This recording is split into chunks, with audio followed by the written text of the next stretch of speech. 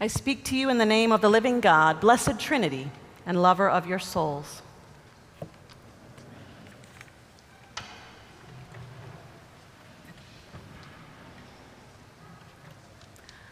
About 100 years ago, an elementary school teacher named Erna decided to become a writer.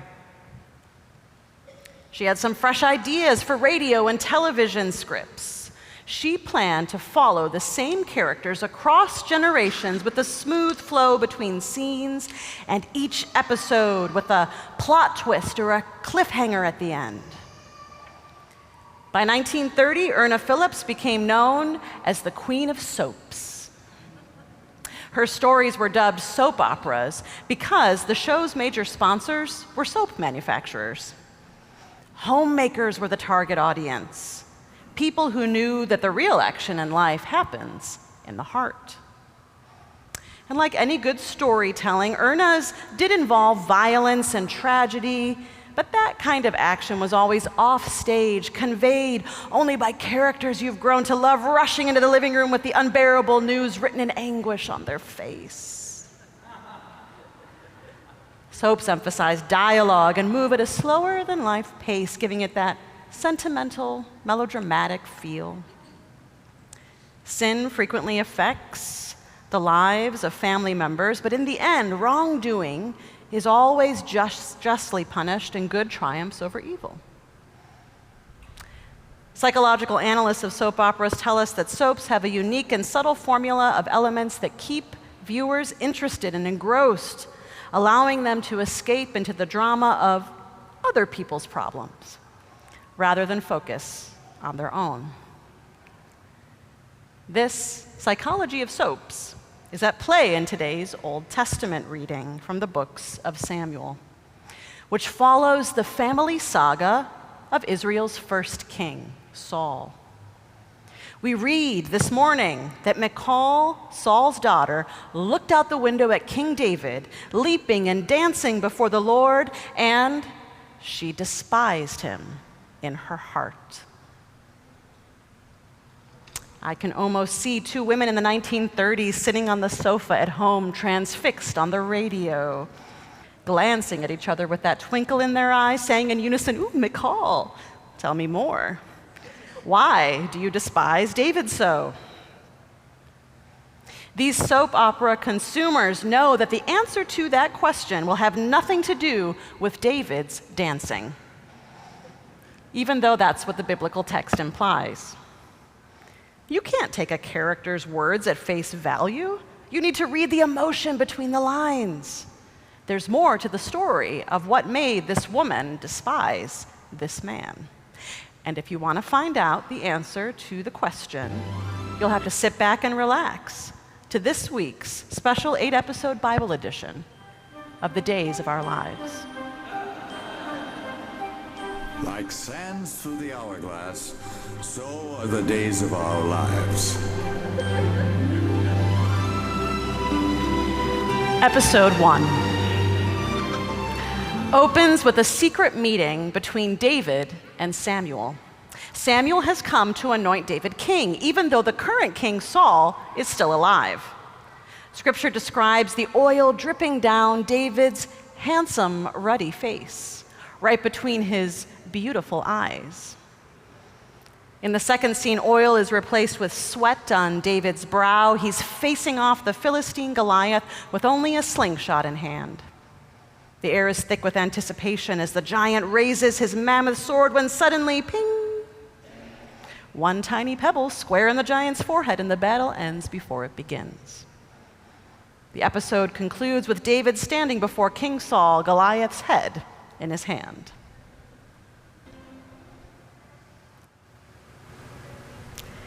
Episode 2. Today we meet 3 of King Saul's children: Jonathan, the eldest son, Merab, the eldest daughter, and Michal, the younger daughter. Jonathan is described as strong and swift, excelling in archery and ambidextrous in slinging. He's introduced with these words: "He knit his soul to the soul of David." Jonathan loved David as himself. We find out later that Saul didn't like just how much Jonathan loved David. He said that their love shamed Jonathan's mother's nakedness, and no biblical scholar really knows what that means, but gay men have loved hearing about it for centuries.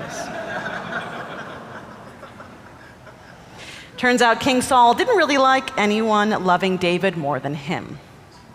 So, Saul plotted to entrap David. He offered David his eldest daughter, Merab, in marriage if David would fight on the front lines for him. Saul hoped David would die. But while David is fighting and prevailing, Saul reneges his promise and marries Merab off to somebody else. In the second scene, Saul gives David a new offer. He will become a prince by marrying Saul's daughter. It'll just be Michal, the younger one. All David has to do is kill 100 Philistines with his bare hands. To Saul's chagrin, David completes the task and becomes his son-in-law. The plot twist is that Michal is actually in love with David too. That's two siblings in love with the same man. Sounds like a definition of soap opera love triangling to me. Episode 3. Jonathan rises early in the morning to warn David that his father is set on murder. That afternoon, Saul hurls a spear at David's chest, hoping to pin him to the wall. And by evening, Michal is pleading with David in their bedroom. She ties their bed sheets together to lower David out the window and out of the city. With David still scaling midair, the pitter-patter of guard boots are heard echoing down the hall. Michal grabs goat hair and a statue, and she tucks them into David's side of the bed, pretending he's asleep. She manages to stall the guards just long enough for David to get away. But when Saul learns of his daughter's deception, animosity grows between them. Episode 4, Jonathan visits David in a field. They embrace, they kiss, they profess their love, and they weep because they can no longer be together. In the next scene, we find Jonathan and his dad awkwardly sitting at the dinner table. Everyone pretends to notice, or not notice, that David's seat is empty. King Saul uses this opportunity to throw a tantrum. He curses the relationship between Jonathan and David and throws a spear at his own son and misses again. For a warrior king, he has terrible aim with a spear.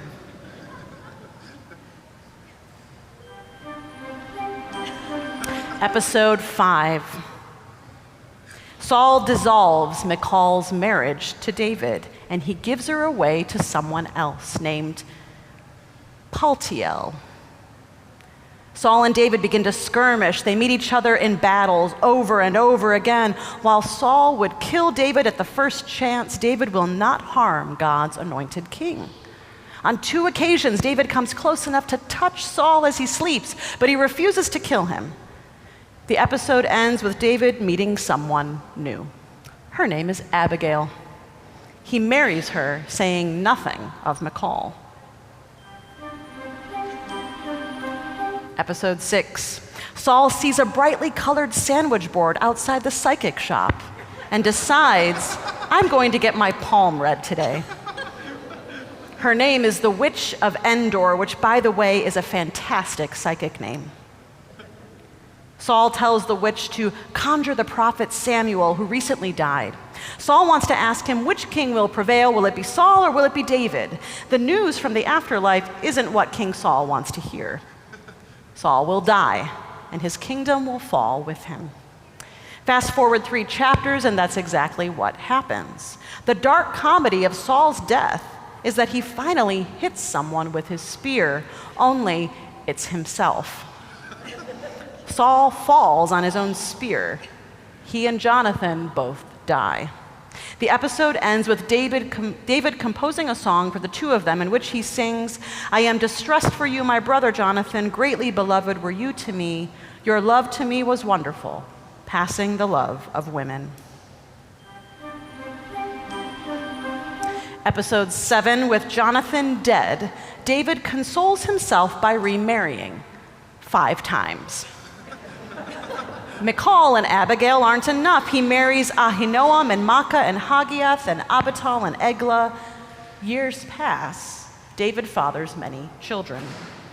He intends to unite his kingdom with the former kingdom of Saul, and to do so, he decrees that everything and everyone that was once King Saul's is now his.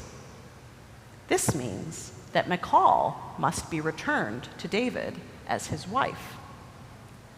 The next scene shows a husband staggering and weeping behind his wife as she's chaperoned by armed guards to David's home. It's Paltiel, poor Paltiel. Paltiel and Michal were married for years, longer than David and Michal. He's seen standing in the street crying until the guards send him home alone. What this tragic scene doesn't tell us is just how Michal feels about returning to David's household as both his first and his seventh wife. Could she still love him after all that's happened? Michal endured a love triangle between her husband and brother. She risked her life to save David's, which only led to her father marrying her off to someone else. Her new husband loved her enough to weep uncontrollably at her leaving. And now her ex claims that she belongs to him, not for love, but for politics. We can all guess how she feels, but we won't have to for long, which brings us to our text from today and our final episode of Bible Edition Days of Our Lives. Episode 8. Today's story opens with David's city, Jerusalem, being made the capital of the newly united kingdom of Israel. To celebrate, David brings the Ark of the Covenant into the city as a sign of God's blessing. David and all the house of Israel brought up the Ark of the Lord with shouting and with sounds of the trumpet. As the Ark came into the city, Michal, daughter of Saul, looked out the window and saw King David leaping and dancing, and she despised him in her heart. What made this woman despise this man? The two women listening in on the couch to the radio know. And now maybe you know too. It's not David's dancing, no matter how unbecoming it was for a king. Michal despised David because of love, because it was unrequited. In their final scene together, Michal openly rebukes David, but David dismisses everything she has to say. He leaves her with a curse of childlessness until her dying day, and the two are never again mentioned in Scripture together. The end. But it can't really be the end, can it? Not if it's a soap opera. Wrongdoing must be punished, and good has to triumph over evil. So here's what happens after these two part ways. That curse that David intended for Michal, it didn't stick. Michal had 5 children with a man named Adriel.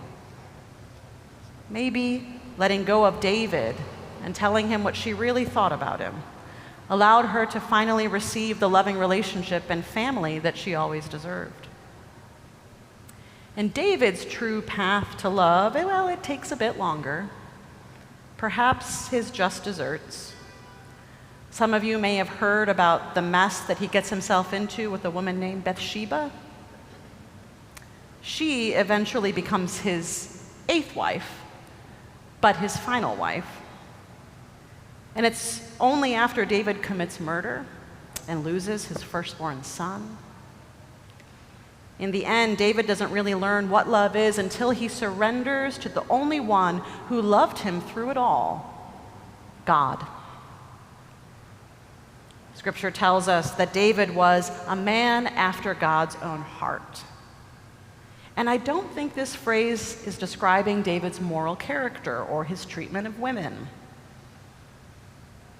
That he was a man after God's own heart can be interpreted to mean that despite David's wanderings, God's heart never gave up on him. An early 20th century poet describes this well, calling God the hound of heaven. Just as the hound follows the hare with unhurrying and unperturbed pace, so does God follow the fleeing soul. David finally sought God's forgiveness for his sins and repented of his selfishness. And that's what finally opened his heart to begin to love others as God loved him. David learned at that point how to love so well that his son, King Solomon, is believed to be the wisest man who ever lived. Solomon is known for his love poetry. He takes after Dad and the Psalms. He wrote down all this poetry in a book called the Song of Solomon. The Jews believe that Solomon's words express the depth of God's love for humankind. In case you're wondering where you come into all of this, according to Harvard research, 98% of the population has been on either one or both sides of an unrequited love. 98%. And 1/3 of the population has been a part of a love triangle. Maybe that's the real reason modern soap operas have endured in our country, as have centuries-old stories like David and Michal's, because all of us at some point in some way will relate to a story about unrequited love. Your love story is likely written down somewhere in this Bible, because it makes no difference whether it's 2024 BCE or 2024 CE. Relationships are tumultuous in every time and place. And that's why I don't think we watch TV soaps or read Bible stories like today's simply to escape into the drama of other people's problems. I don't think we do it to avoid our own. I think we do it because wherever we can find them, we look for true stories of the heart, because we're all desperately seeking to heal our broken relationships. Some of you here today may feel that you have flailed or failed in love like David. Others may feel that you have endured unjust oppression in romantic relationships like Michal. It's true that David and Michal, they were never really able to love each other. But that didn't mean that love wasn't available to each of them. God loved Michal enough to make sure that regardless of any curse on her life, it wouldn't end with barrenness in love. And God loved David enough that even when David didn't know how to love himself or anybody else, God remained with him. So if you ever find yourself worrying that your life will never find the love that you deserve, know this: that love has already found you. The New Testament makes it clear that David isn't the only one God pursues like a hound of heaven. 1 John tells us that the reason we sometimes actually get love right is because God was and is and always will be loving us first. I have a confession to make. I've never actually watched a soap opera. But after comparing them to David and Michal's story today, I now understand why people do. Because Erna Phillips was right. The best action in our lives really does take place in the heart.